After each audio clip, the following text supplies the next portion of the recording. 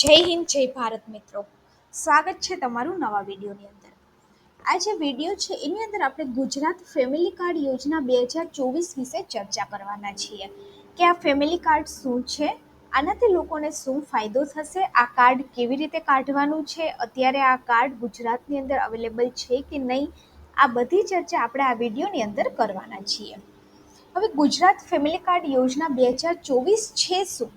તો ગુજરાતમાં આગામી સમયમાં પરિવારની ઓળખ માટે બનશે એક કાર્ડ.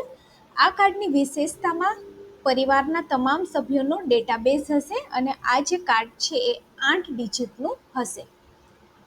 હવે આના દ્વારા પરિવારના સભ્યોની ઓળખ છે એ આસાનીથી થઈ શકશે. મુખ્ય ઉદ્દેશ્ય લોકોને અલગ અલગ સમય વિવિધ સર્ટિફિકેટ માટે થઈ રહેલી સમસ્યા છે એ નિવારવાનું છે. આ કૌટુંબિક આઈડી કાર્ડનો મુખ્ય હેતુ છે એ સરકારની યોજનામાં લાભમાં વિલંબ ન થાય તે માટેનો છે. રાજ્ય સરકાર વિધાનસભા સત્રની અંદર આ અંગેનું બિલ છે એ લાવવા જઈ રહી છે અને કદાચ ઇલેક્શન પછી ફેમિલી આઈડી કાર્ડ પ્રોજેક્ટ છે એ અમલમાં આવી શકે છે. આની ખાસિયત અને ફાયદાની આપણે વાત કરીએ તો ગુજરાત સરકાર આગામી સમયમાં જે પરિવારની ઓળખ માટેનું કાર્ડ આપવામાં આવશે તેનાથી લોકોને અનેક ફાયદા છે થવાના છે. આ કૌટુંબિક આઈડી કાર્ડ છે જન્મ, મૃત્યુ અને લગ્નના રેકોર્ડ સાથે લિંક કરવામાં આવશે, જેથી જ્યારે પણ જીવનમાં આવી ઘટનાઓ બને ત્યારે ડેટાનું સ્વચાલિત અપડેટ છે એ સુનિશ્ચિત થાય.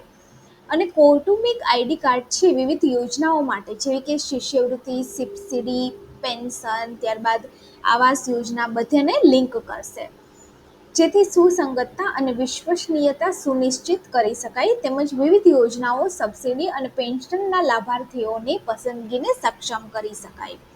કૌટુંબિક આઈડી ડેટાબેઝની આપમેળે પૂછપરછ છે એ કરવામાં આવશે.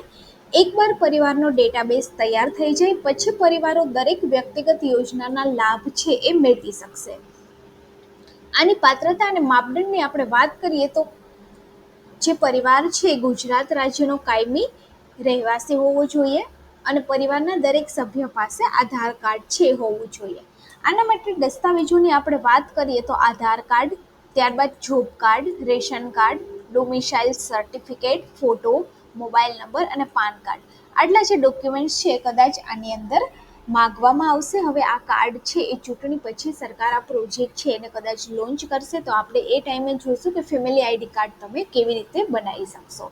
આ જે વિડીયો છે એ માહિતી માટે છે કે સરકાર આવું એક ફેમિલી કાર્ડ છે એ લોન્ચ કરવા જઈ રહી છે કે જેનાથી લોકોને સરકારી યોજનાનો લાભ છે એ આસાનીથી મળી શકે અને જે ધક્કાઓ ખાવા પડે છે એ ઓછા ધક્કા ખાવા પડે.